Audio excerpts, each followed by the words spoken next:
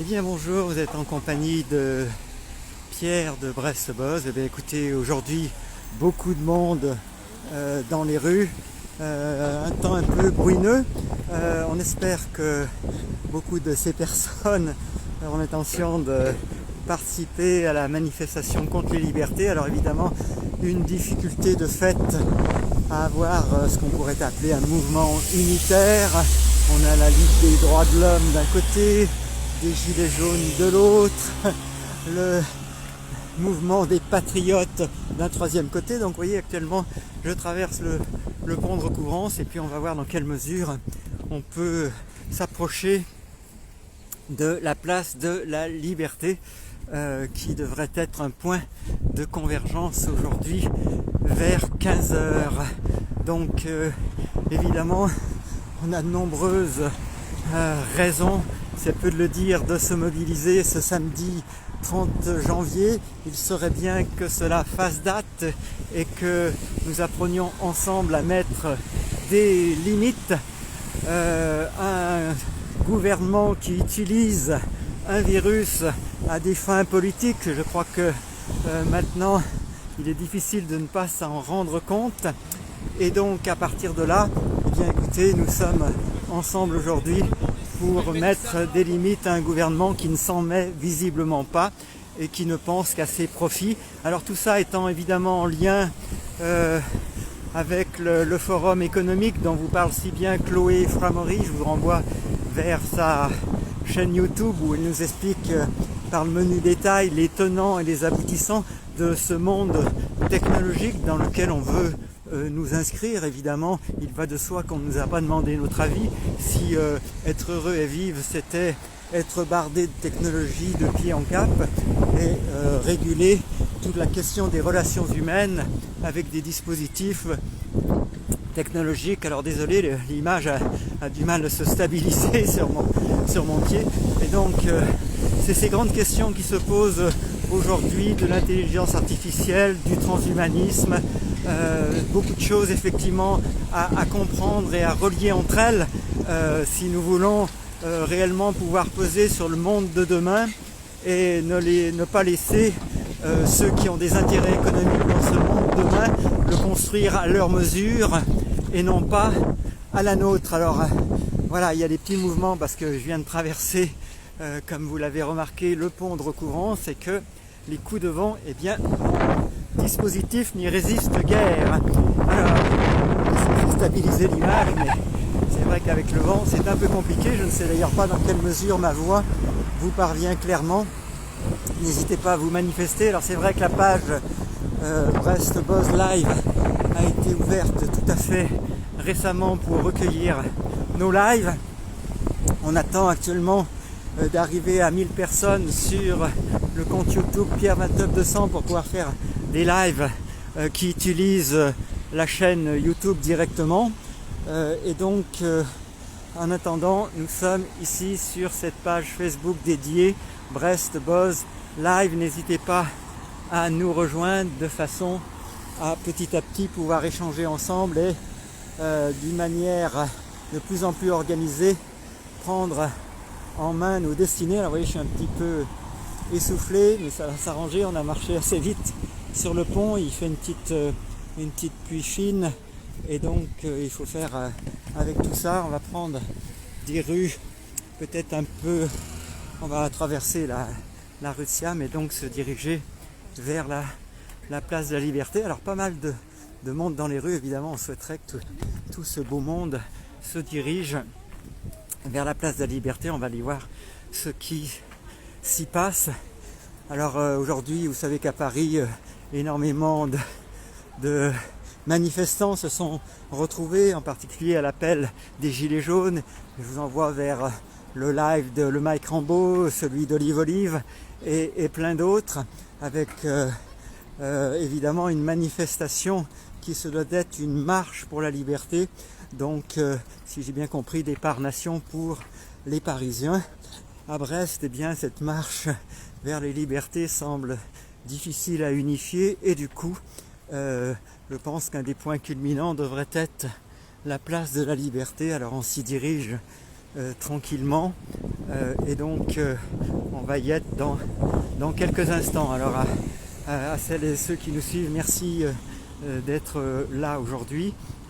Évidemment, pas mal de présence policière, des rondes, et on espère que en tout cas tout ça va pouvoir se passer pacifiquement, même si certains, et on peut les comprendre, sont absolument excédés par une privation de liberté, une mise à bas de l'économie, il faut bien dire volontaire, par refus de laisser les médecins soigner, par refus d'expérimenter des traitements qui, faute d'être testés par des tests en double aveugle, en tout cas ne présentent pas de toxicité, pour tous ceux qui veulent regarder l'histoire des médicaments actuellement proposés en traitement.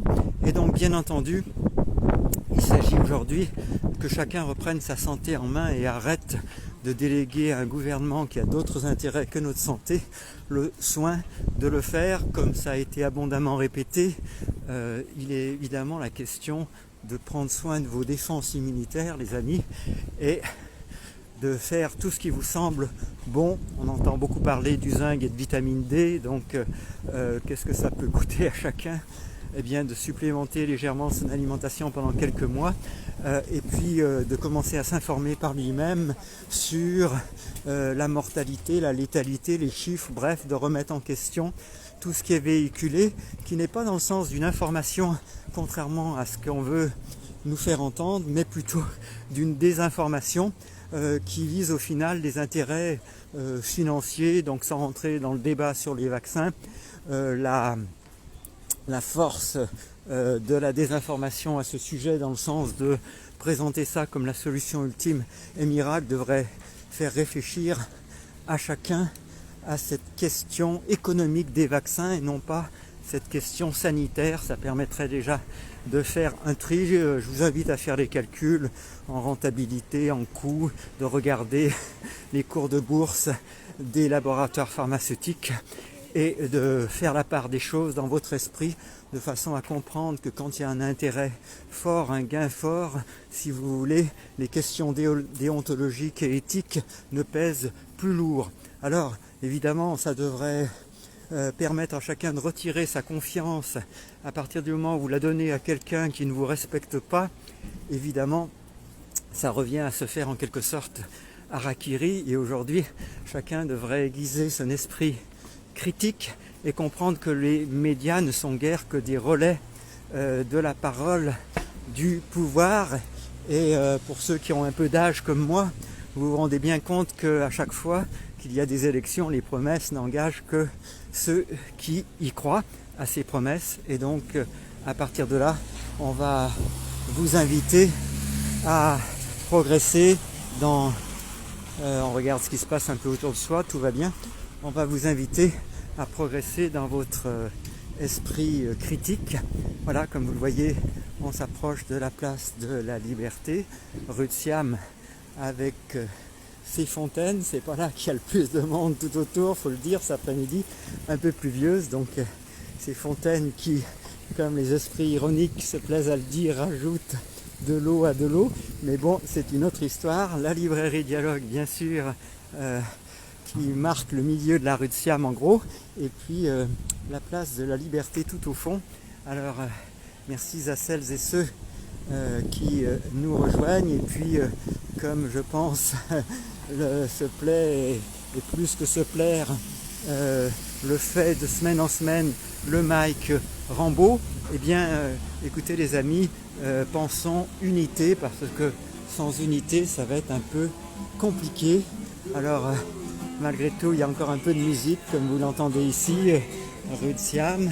Alors c'est important, à cette heure où on voudrait nous priver de tous nos divertissements, même si on sait bien que le divertissement lui-même a ses limites, mais tout de même, plus de cinéma, je ne vais pas les nommer tous, plus de pièces de théâtre, c'est quand même bien affligeant cette situation.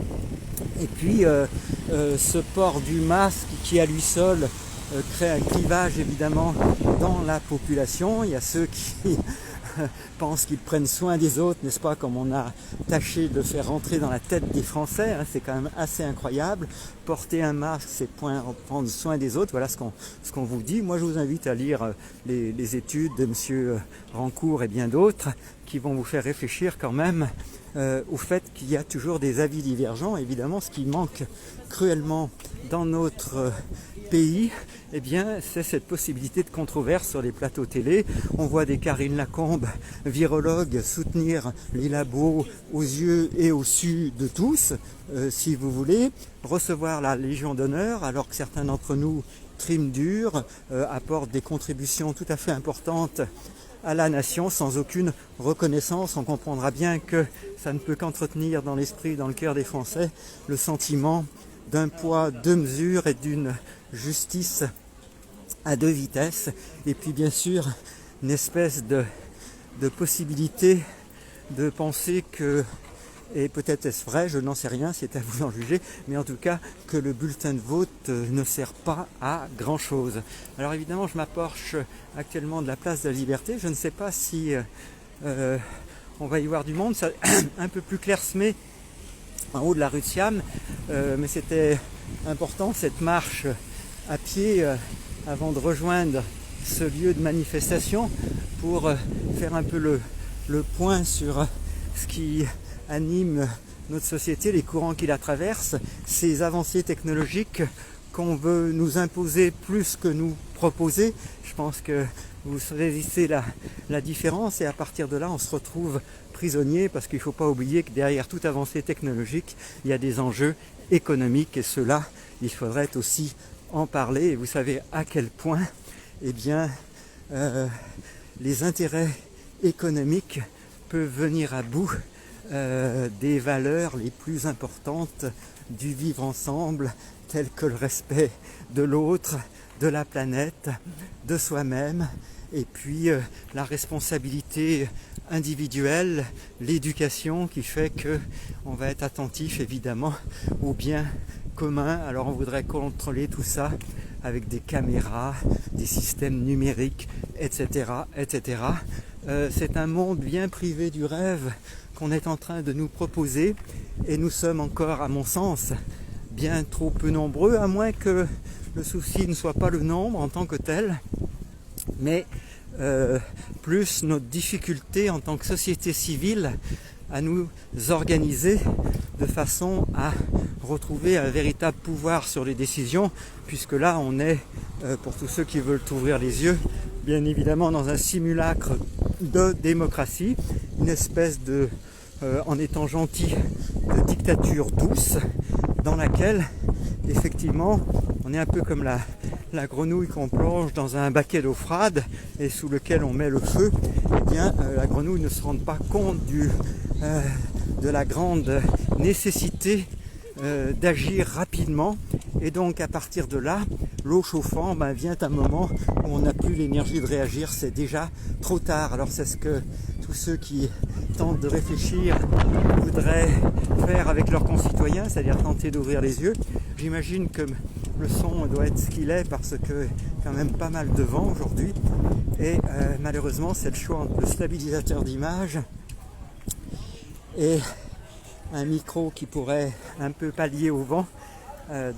Voilà, pour l'instant on a choisi le stabilisateur d'image. Alors j'arrive place de la Liberté, évidemment c'est toujours un peu décevant, on aimerait y voir des milliers, des millions de personnes, car lorsque nous sommes trop clairsemés, ça semblerait indiquer que ces sujets ô combien importants n'intéressent qu'une infime minorité d'entre nous. Ceci étant, ne soyons pas rabat-joie parce que tout en haut de la place de la Liberté, il y a quand même un groupe nettement plus conséquent. Alors là, vous voyez, je suis sous le passage du boulevard Clémenceau, ça résonne pas mal. Je ne sais pas si vous allez entendre grand-chose. En tout cas, au moins de la musique, des gens qui continuent à être festifs, et c'est quand même une très très bonne chose. Et puis donc voilà, on se dirige petit à petit en direction des marches de la place de la Liberté. Pour cette marche des libertés, on distingue apparemment des drapeaux syndicaux, ça reste à préciser à la distance où je suis.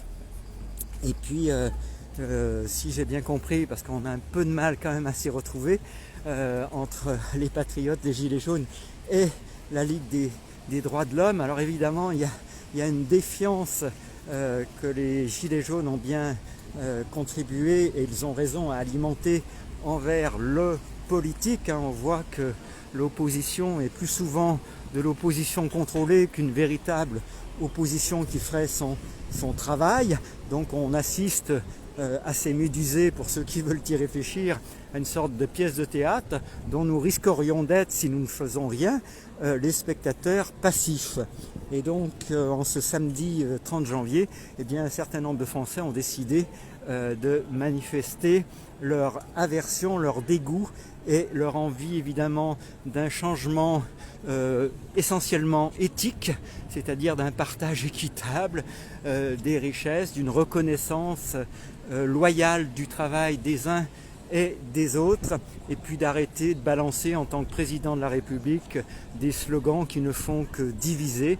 On connaît la manœuvre, diviser pour mieux régner, mais tout de même, on serait en droit d'attendre des dirigeants de notre pays, évidemment, une plus grande sagesse d'expression, une pondération qui serait exemplaire. Eh bien, pour ma part, je la cherche en vain depuis le début de ce quinquennat, et c'est pour ça que c'est cette solidarité que nous manifestons en faisant ce petit reportage qui vaut ce qu'il vaut aujourd'hui sur la place de la Liberté, sur la page tout nouvellement créée à cet effet, Brest Buzz Live, puisque nous serons essentiellement en live, et on vous a déjà partagé aujourd'hui les éléments d'ambiance de région parisienne. Alors je vais prendre un petit peu de hauteur sur les marches des escaliers devant la mairie, et donc voilà que on peut distinguer, je pense, quelques centaines de personnes en étant objectifs, peut-être plus parce que ça remonte sur la rue Jean Jaurès, donc il va falloir faire un petit peu le tour. Je vais voir si je peux me déplacer un peu plus bas et observer. Alors évidemment, parmi ces libertés, il y a la liberté de vivre, hein, ça semble assez évident. La liberté d'avoir une information objective, et je vous rappelle qu'il va falloir l'exiger si nous la voulons, cette information objective, et que pour l'instant, hormis le climat de peur sur lequel on est à peu près tous d'accord, qui a été bien entretenu depuis 12 mois, eh bien il est difficile d'avoir une véritable information objective. Il faudrait des débats dans lesquels on n'interrompt pas les intervenants sur les plateaux télé. Il faudrait évidemment une équité dans ceux auxquels on fait appel, hein, pas toujours les mêmes de préférence, et puis d'accepter le débat sans que le ou la journaliste vienne couper l'intervenant lorsqu'il dit quelque chose qui est considéré comme politiquement incorrect. Mais qu'est-ce que ça veut dire politiquement correct ? Je vous invite à y réfléchir. Donc voilà, au pied de l'hôtel de ville, tout un symbole, et puis une place à Brest qui s'appelle quand même Place de la Liberté. Il faudrait peut-être la rebaptiser Place des Libertés. C'est ma proposition du jour. Et puis évidemment beaucoup de gens ici portant ce masque, alors de toutes les couleurs, sous une pluie fine. On peut évidemment s'interroger sur l'utilité de cette mesure. C'est le minimum d'avoir le droit de se poser ces questions. Alors vous voyez, je ne sais pas si ça va rester de manière immobile, une sorte de sitting au sommet de la place de la Liberté, ou si ça va prendre dans un deuxième temps, je n'ai pas les données du programme, ou si ça va prendre d'autres formes. On ne distingue guère qu'une colonne avec des heures et des jours, hein, faisant honneur à la marque de montre Tissot, mais à part ça, voilà. Alors sur les t-shirts, c'est toujours une source d'enseignement. Ce sont des drapeaux à eux seuls. On peut évidemment voir les gilets jaunes, et bravo évidemment à leur persévérance, hein. Ça fait quand même un moment que ça dure. Et puis outre les cris de ralliement, eh bien arrête ton fisc Macron, c'est ce que je peux lire sur un des gilets jaunes. Alors je suis un petit peu loin pour que vous le lisiez directement, donc je fais le traducteur. Et puis évidemment des gens bien convaincu que sans action, eh bien, nous serons les victimes passives de personnes sans foi ni loi, qui, je le rappelle, contrairement à la plupart d'entre nous, ne connaissent pas un sentiment qui est très précieux pour savoir quand on outrepasse ses valeurs, qui est en fait le sentiment de culpabilité.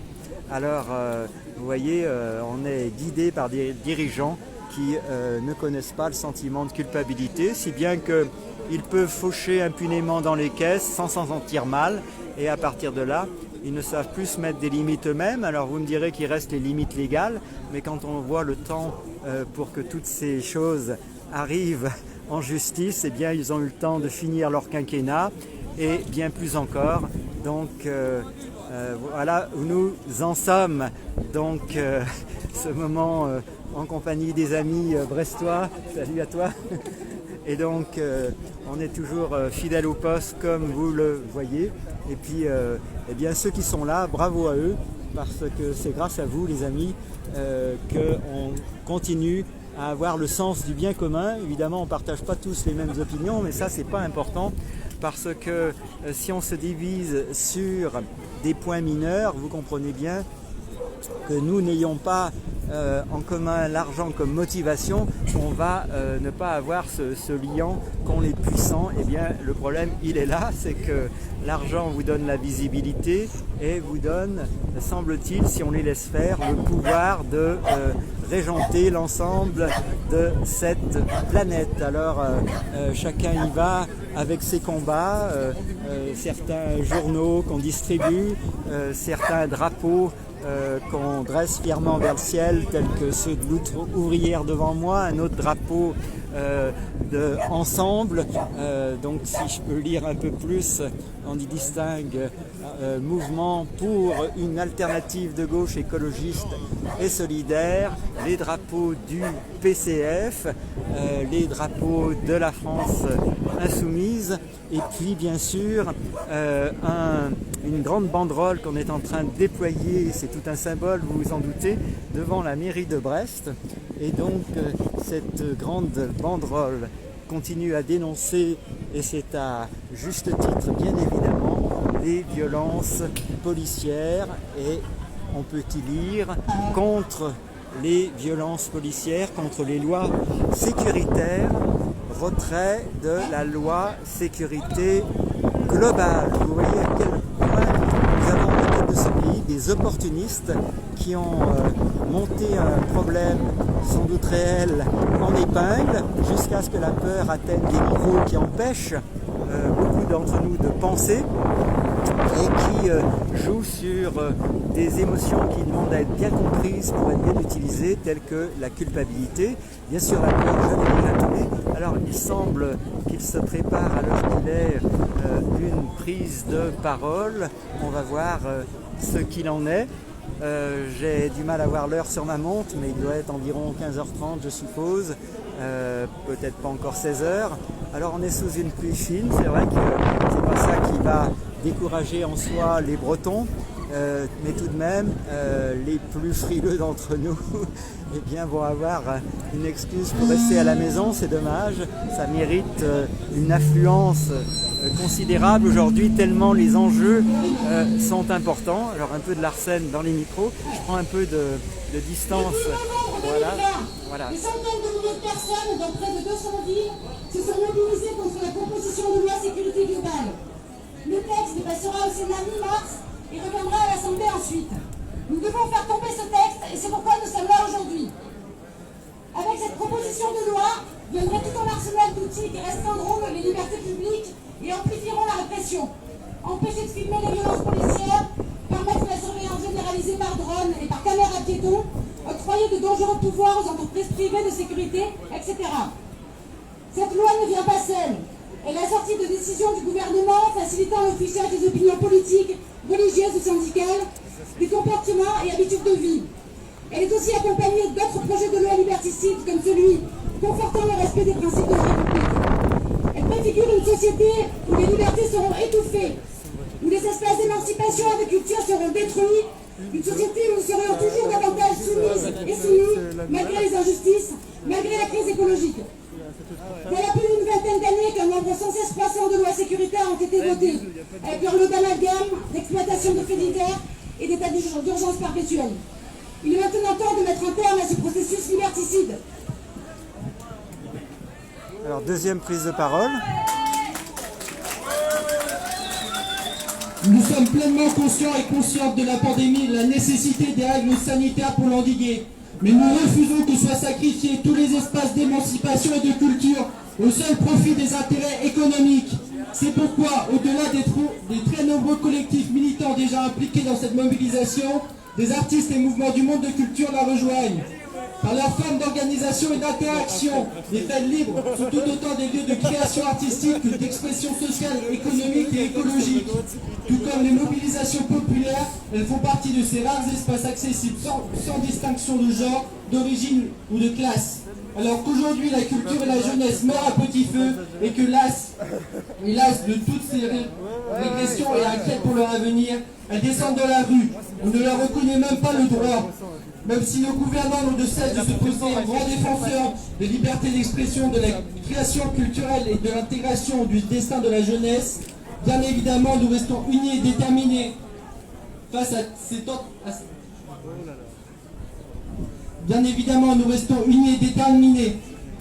cette tentative indécente d'affaiblir la contestation et d'empêcher toute convergence.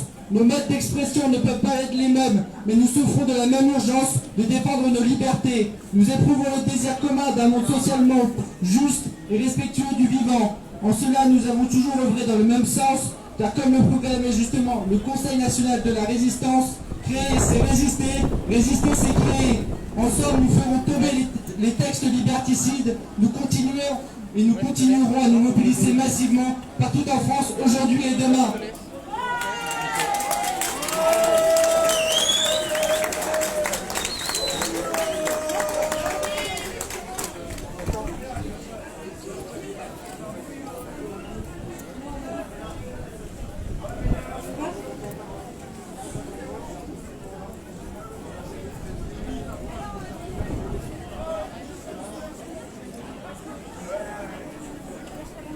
Alors, troisième prise de parole. Manifestation. Il est prévu un petit coup de tabac là dans une demi-heure. Mais comme dirait l'autre, manifester c'est un droit. Donc on va suivre le parcours suivant, on va remonter un peu vers la rue Fraisier, redescendre par la rue Jean Jaurès sur les voies de tram, tourner ensuite au niveau de la place Algeciras, revenir vers le boulevard Clémenceau et la place de la Liberté. Donc la banderole va passer devant et on vous invite à suivre ce parcours et l'air de la pluie.